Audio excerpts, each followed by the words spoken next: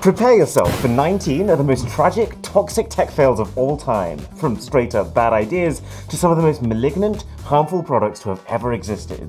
Number 1 is an absolute travesty. So number 19, you know how for the last 60 years, the key input device to your computer has been the mouse, right? Well, in the year 2000, someone had the very bright idea to also make a cat to go along with it. This is the QCat. It was made to be able to quickly scan codes within newspapers and magazines, and then, because it's connected to your computer, directly open up a web page in your browser to learn more. Think QR code. It was a very easy sell to companies because, you know, their newspaper ads would be more likely to drive sales if people were scanning them. And for consumers, well, I mean, everyone has a mouse. Of course, they're gonna want a cat, right? That's what I thought too before this one. Fudge. Are you proud of yourself? The problem was that the QCat completely misunderstood readers. Like, what kind of person is going to open up their newspaper in the morning, but then think, oh wait, no, I might want to get more info about the ads today, I'd better take this up to the study and sit 10 centimeters from my computer to read. So, I'll give the QCat a 2 out of 10 on the fail scale. Why do the mice always win? Number 18. So, you know when companies launch smartphones, it's not uncommon for there to be a flood of people complaining that it didn't have this feature or it didn't have that feature. Well, the ZTE Hawkeye is what happens when a company listens a little too much to this feedback. In January 2016, ZTE announced that they were going to build a phone based on what their users wanted. It might sound like a great idea, but they would soon come to realize that while their fans were voting for features that they wanted to see, those weren't necessarily the same features that they'd actually want to buy. And based on the most upvoted comments, what ZTE ended up with was an eye-tracking operated, self-adhesive smartphone. Or in other words, a device that you could operate completely through micro-eye movements, and one that you'd be able to stick to any surface you wanted thanks to a special rubberized material on the back. Problem was, how on earth do you follow through on that? ZTE had committed to building this eye-tracking tech before they actually knew how to do it. This adhesive backing was not actually for the phone itself, because if your phone is sticky all the time, it's gonna stick to things that you don't want it to stick to. So they applied the grippiness to the phone's case instead of the phone itself. And just to be able to cram all these wacky features in while keeping the price affordable, the actual specs of the phone sucked. It's a good example of how sometimes consumers don't know what they want. Hey, so Nike's a pretty cool company, right? Great shoes, cool tops, impressive tech. I mean, this is the company who came out with those self-lacing trainers a few years ago. But Nike's Magneto was not their coolest idea. The company was looking at athletes at the time, and they couldn't help but feel like these highly optimized, almost superhuman beings were being burdened by bulky, cumbersome glasses and headwear. And so their answer was sunglasses without temples, the bits that go over your ears. How do they stay in place, you might ask? Well, by gluing magnets to your face so that the glasses can snap to them. Obviously the much better solution. Is it fair to say they had no idea? I risk my case? Okay, point is, 3 out of 10 fail. Okay, welcome to a very unfortunate case study on the importance of naming. All the way back in the 1930s, one of the big companies on the rise was called AIDS. You can probably see where I'm going with this. This company had apparently developed a technologically miraculous candy that you could eat and it would fill you up to the point where you wouldn't have to have a proper meal and would therefore lose weight. And I mean, the concept of eating to lose weight is kind of everyone's dream. Milo would be a very thin cat, wouldn't you? Wait. You just ate that. So, when you combine that with some very loose advertising standards back in the day, how the papers were filled with AIDS ads, how it was being recommended by movie stars without conclusive research, this brand was understandably, and ironically, ballooning. Until 1981, where medical officers at the Center for Disease Control decided to name the breakout deadly immune system infection that was spiraling out of control at the time, AIDS. It did make the candy company viral, just not the good kind. It gave a whole new meaning to these ads, that's for sure. Why take diet pills when you can enjoy AIDS? 3 out of 10 fail. There's no treatment for that. Okay, let's step this up another level, ever closer to the 10 out of 10 nightmare that is number 1. You might know this already, but I'm a big fan of IKEA. And actually, if you've watched my videos right from the very beginning, you might know that I've built this channel up by filming on an IKEA table. For a simple reason. They have a killer business model. Instead of selling pre-built furniture, IKEA instead sells customers the parts to be able to build that furniture themselves. This is what allows IKEA to make their products quicker. It saves them costs from assembly and shipping. Plus, it just means that when people build their own furniture, they grow that little bit attached to it. Kind of like Lego. Like if Lego just sold the finished sets without you needing to assemble them, I don't think anyone would care. However, in the mid-80s, IKEA suddenly had an idea. A way to take this philosophy to the absolute extreme. A sofa that you can blow up yourself using a hairdryer. It would be the easiest possible thing to assemble, and given how big sofas usually are, the ability to be able to send one in a form factor barely larger than a pizza box would save IKEA so much money versus their competitors. The slight issue though was that IKEA forgot the simple fact that hairdryers blow out hot air, and that plastic melts. See where I'm going with this? But even if you did manage to blow one up, these sofas weren't completely airtight, which led to a sinking feeling, and the fact that they were so unbelievably light meant that every time you sat down, they would move. So in the end, less of a stroke of genius, more just hot air. 4 out of 10. And on a similar note of overlooking a simple but very important fact, Nintendo. Now, Nintendo is a company not afraid to experiment, and the Power Glove was possibly the most extreme example of that. This thing was straight out of science fiction. It turned your hand into the controller. And if that sounds familiar, that's because this technology was actually what formed the basis of what eventually became the Nintendo Wii. And we can't say that the tech wasn't clever. Essentially, this glove has an ultrasound speaker inside of it, which can fire out a sound wave. You mount 3 separate receivers all around your TV, and then each one of those receivers would record how long the sound wave from the glove took to get to them, which then allows the calculation of the glove's position in the 3 axes of motion. If all 3 receivers record the same time, for example, then they know the glove is in the middle. People were absolutely blown away seeing their hands projected inside of these games, and initial sales were through the roof. But the company forgot about one quite important facet. It needed to be fun. I think they got so caught up in the logistics, making sure all old Nintendo games worked with it, and just getting all the tech into an affordable package that no one stopped to ask the question of, is holding your hand out for 2 hours at a time actually enjoyable? And is it actually a better form of input for 99% of games? To both questions, no. And so people quite quickly lost interest, and the Nintendo Power Glove was buried in the cupboard. 4 out of 10. Okay, you've heard of ESPN, right? The sports broadcasting company. Well, in 2006, they decided to build their own phone that would excel at keeping you up to date with sports. They built new features like push notifications for when a goal was scored, which laid the foundations of ESPN's future smartphone app. But the phone itself was, not a home run. For starters, they priced the unit itself at $300. Yeah, this, $300. But the worst bit is that they then charge people up to $220 a month to actually get new features. $220 per month.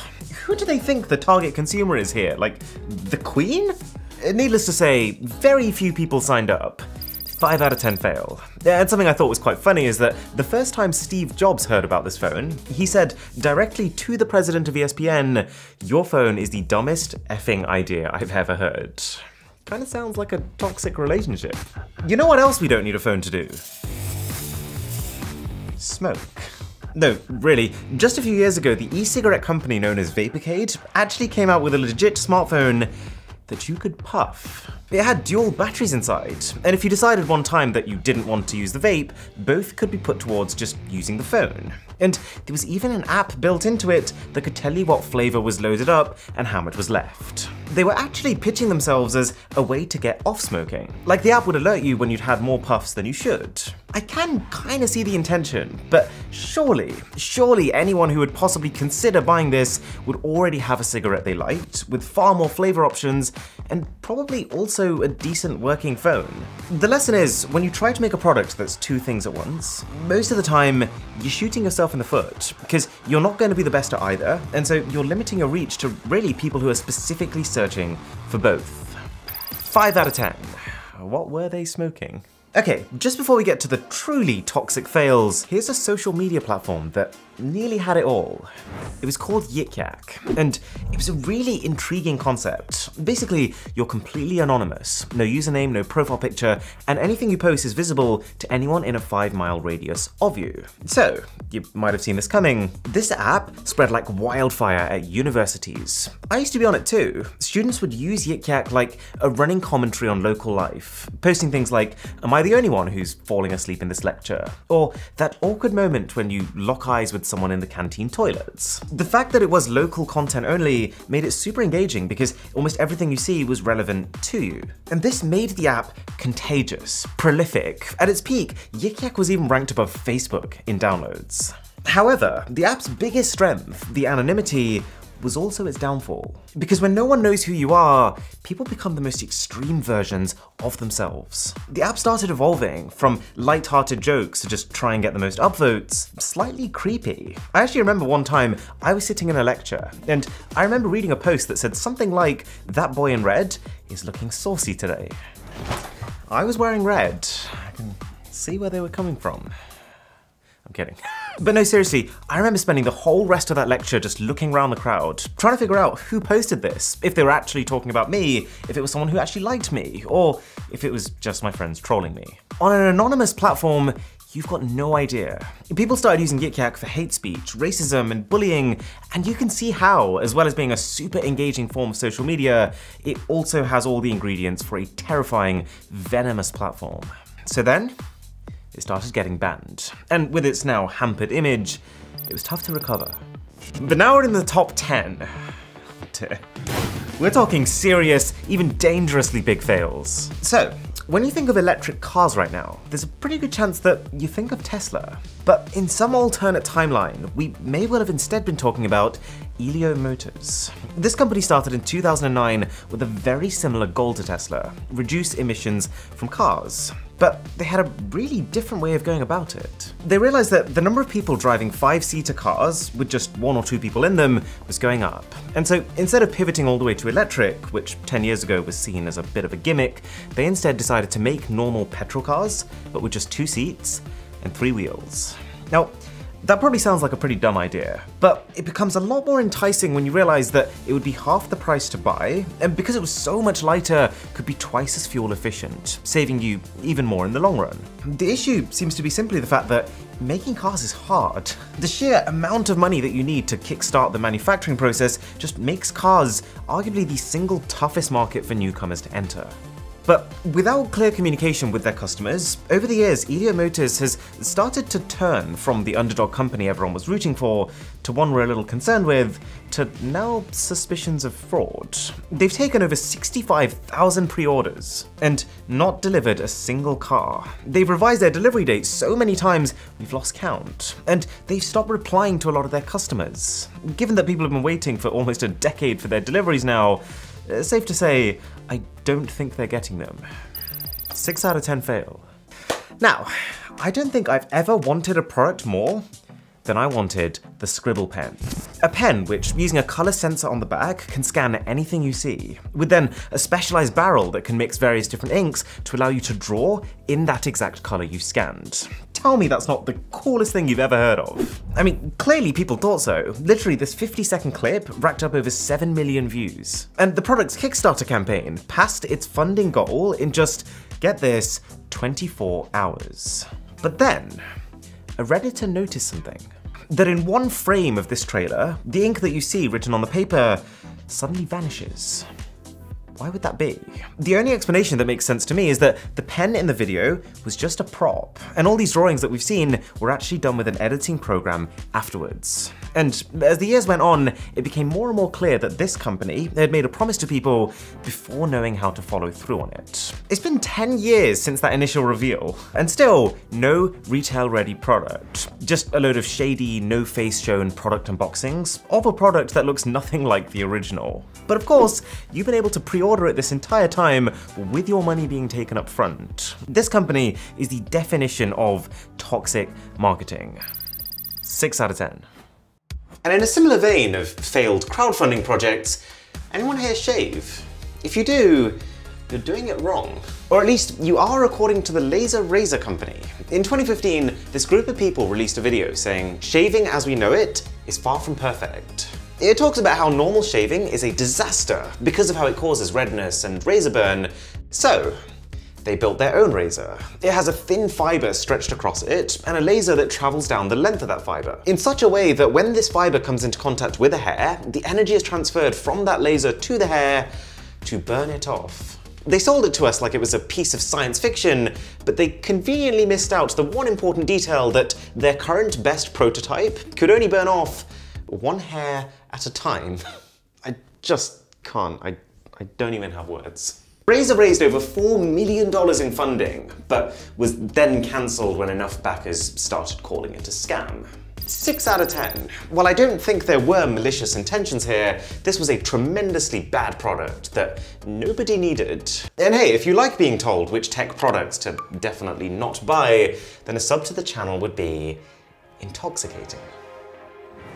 Now, it's not very often that we see a viral game on the scale of HQ Trivia. It was a novel concept for sure. You could use your smartphone to not just watch a game show, but actually participate in it. Everyone would tune in at a specific time, they'd be met with an actual game host, sometimes a guest celebrity host like The Rock. It would feel like they were talking directly to you. And if you could correctly answer 12 questions in a row, you would be a winner, and you would get an actual cash prize split with anyone else who'd also done the same. This was a game like no other, being a live experience, competing directly against others, only having 10 seconds per question, having an actual cash reward at the end. The level of tension this could drive was off the charts. Like, this was someone's reaction after winning just $11 on this game. The difficulty, though, with paying the winners real money is that you gotta get that money from somewhere. And so as the number of users skyrocketed, the app just couldn't keep up with the funding. And so you were getting to a stage where even though one quiz might have had a $100,000 prize pool, with the amount of players who ended up winning, each one might have only ended up taking home like $2. So the sheer stakes that the app initially had started to lose their appeal. And the app actually hosted one final quiz with two hosts who were both completely drunk, who started swearing at the crowd, only then to reveal partway through that the total prize money for that quiz was just $5 because they'd run out of cash. $5 split between the 500 winners was 1 cent each. What a way to go. 6 out of 10, just because of how fast this went from phenomenon to bankrupt. You've heard of Twitch, right? The game live streaming platform that's absolutely flying right now. But how much do you know about Mixer, Microsoft's answer to Twitch? Microsoft correctly predicted that gaming was a huge and growing market. And so their whole idea was to basically make something that was just like Twitch, but with higher quality streaming. The thing is though, it is really, really hard to get audiences to shift social media platforms. Microsoft overlooked the fact that viewers aren't just there for the content. Each platform has its own communities, a sense of belonging, and really its own language. So no one joined Mixer, and when Microsoft realized that organically building their own audience was really tough, they tried to buy one. In 2019, they announced a deal that I think it's fair to say shook the gaming world. They basically paid two of the biggest streamers on Twitch, Shroud and Ninja, an obscene amount of money. We're talking $10 million and $30 million to quit Twitch and now post exclusively on Mixer. But even though this did bring in some new users, it was far from enough to start a new community. So Mixer died. But the funny part of it is that these streamers that they paid piles of cash to got to keep the money and were then free to go back to Twitch again. 6 out of 10. What a mess. Oh, but Microsoft is actually really good at fails. must be contagious. Because they've also secured a place in the top 5 with Skype. Okay, so you know how pretty much everyone now, when they want to video conference someone, school classes, university lectures, work meetings, we use Zoom, right? Well, did you ever wonder what happened to Skype?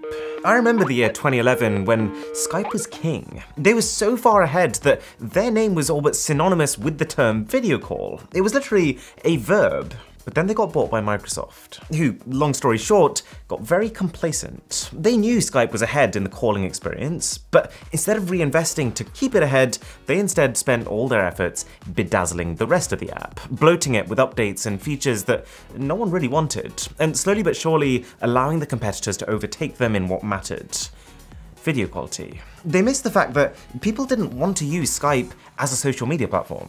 They just wanted to send a link to someone, be able to have a clean, uninterrupted video call, and then move on with their life. And Zoom just did this way better. And so over the years, Zoom's market share has been trickling up, while Skype's trickling down. But as soon as the pandemic hit, this trend was catalyzed to the extreme. All of a sudden you had floods of people searching or asking their friends, what's the best conferencing app? Only to hear Zoom, and then proceeding to download it. Within a few short weeks, Zoom zoomed ahead from 100,000 downloads a day to 3 million. And I think this sudden surge has been enough to cement Zoom as the default and bury Skype as a legacy platform. Given that Microsoft paid $8.5 billion for Skype, and they scuppered the entire thing within a decade, this is an enormous failing, worthy of a 7 out of 10. Now, this number 4, I was not expecting to put this high up on the list. On the face of it, it's just yet another run-of-the-mill failure, but the more I've looked into it, the more I am genuinely in shock at how this happened. Picture this. It's 2009. We've just had the iPhone 3GS, early Androids are starting to emerge, and smartphones are just starting to lift off. So, a company called Peak, who'd previously seen success with a device that only ran emails, decides to release a $200 handheld device that only ran Twitter. Not a smartphone, let's be very clear about that. This did one thing, and it did that one thing poorly. You'd see all your tweets organized in a list, but in this list, you could only read the first 3 or 4 words of each tweet. Any linked websites that took you off Twitter were practically inaccessible. It was incredibly slow, but even more tragic than that, it could only ever keep the 10 most recent tweets on it at any time. If you had more than that, which, let's be honest, someone buying a dedicated Twitter handheld probably would, you had to use your PC or you would lose them. I mean, this fail isn't putting anyone at risk. No one's losing billions of dollars, but I'm giving it a 7 out of 10 because of how unbelievably stupid it is. Gizmodo labeled it so dumb it makes my brain hurt. TechCrunch said they were sure this would be relegated in the dustbin of history. I couldn't agree more. Okay, 3. You know, if you ask most people what Apple's biggest mistake was, they'd probably say, oh, Apple Maps, or the Mac Pro that looked like a trash can, or those socks they tried to sell people to keep their iPods in. But actually, I think Apple's biggest, most alarming and dangerous fail was the Facetime bug of 2019. If you started a FaceTime call with someone and used a really easy loophole to make it a group call by just adding your own number into it, this would trick Apple into thinking the other person had answered the call. Just to be very clear, without their permission, with just a phone number, you'd be able to hear and see what someone else's phone was seeing and hearing. It was giving potentially a complete stranger a window into your life. That is like a proper top-tier security risk. Good reminder though of how much trust we are putting into these companies. 8 out of 10 on the fail scale. Okay, at this point you've probably heard of cryptocurrencies, basically virtual money. And in this new world, you have legitimate cryptocurrencies that are founded on strong, watertight principles, and you also have scam cryptocurrencies, created by people to fool others into investing in them. And we've just seen one of the worst ones ever. Squid Game. Yeah, the Netflix show. If you haven't watched it, you'll at least have heard about it. This show broke so many records that Netflix actually decided to change their entire metrics for measuring viewership. And for a few weeks, it felt like the entire world was just riding this wave of Squid Game everything. People made Squid Game themed videos, they ate Squid Game themed food, they hosted Squid Game themed parties. Well, hey, that's one party that I'm glad I wasn't invited to. But also invested in a Squid Game themed cryptocurrency. Now, this was not official, it wasn't created by Netflix, but the people who made it did make it seem legit. The starting price was 1 cent per coin. And almost immediately, people piled on, all rushing in and buying, expecting the value to go up so they could sell and make a quick buck. And sure enough, within a few days, it flew, all the way to $30 a coin. And within a week, managed to hit an all-time high of $2,800. To put this another way, if I'd spent just $50 on Squid Coin at the start, I'd have turned that 50 into 14 million. But then people realized something, that unlike with most cryptos, where you can buy and sell freely, if you wanted to convert your Squid Coin back to dollars, you had to play a game. And the game didn't exist. The developers had promised that they were working on it, but it very quickly became apparent that they weren't. And you've probably never seen anything like the fallout that came after this. Within 5 minutes of the scam being outed, 5 minutes, Squid Coin dropped from $2,800 to $0.00079. Or in other words, your sweet $14 million would become less than $4. It wasn't really a failure on the developers' end. They walked away with full pockets, and still, no one knows who they are thanks to the anonymity of crypto. But for the overeager investors who didn't do their research, they lost everything. A huge 9 out of 10 fail. But still not on the scale of number 1. And just before number 1, do remember that if your favorite fail isn't on this list, I do have a whole series of tech fails. I will link them after this one. Okay, we all love a revolution, don't we? When someone comes and says that they're going to completely redefine something, it's an easy thing to root for. Well, this is exactly what Dr. Ruja Ignatova capitalized on. She was a strong promoter of cryptocurrencies and how they take power away from the banks and give them to the people. But she felt like the current leading crypto, Bitcoin, just wasn't quite right. So came up with one coin. Bigger, better, and easier to use. A revolution. She basically took the things that Bitcoin does, exaggerated them, and then made those the features of OneCoin. For example, Bitcoin payments take 10 minutes to arrive. OneCoin would take just 1 minute. And she seemed legit. She studied at Oxford, she had a PhD, a successful career, she was on the front page of Forbes. The Trustpilot reviews for OneCoin were overwhelmingly positive. People didn't have a reason to not believe her. So, money started pouring in. And I don't mean a few million, $15 billion worth of cash was invested by people all around the world. She got everyone from the richest to the poorest people investing in OneCoin. People sold their farms and their houses so they could be a part of it, and then she disappeared. One day in 2017, she was meant to be on stage speaking in Lisbon, and she just didn't show up. No one has seen her since. Because it turns out that OneCoin was actually a pyramid scheme. Ruja and the people she'd hired would travel around the world, brainwashing people into putting their cash into her currency, and then convincing them to get others on board.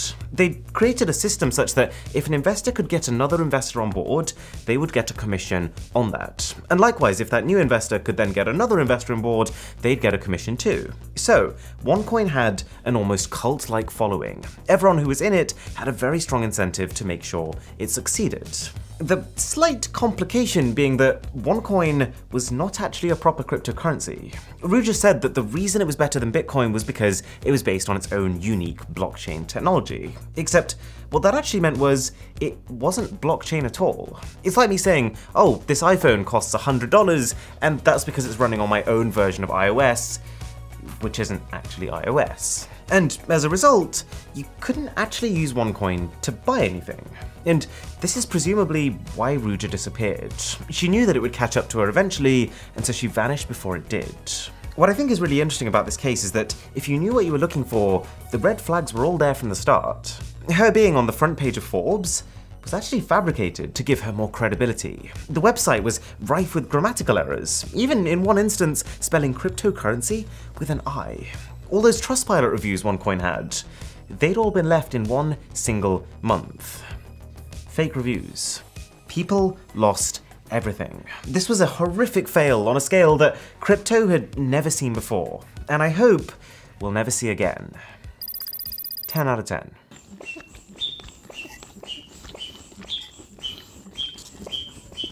Things I do for these videos. To check out the last Nightmare Tech Fails, that video's here. Or to see some of the biggest tech that you've ever seen in your entire life, that video's here. My name is Aaron, this is Mr. Who's the Boss. I'll catch you in the next one.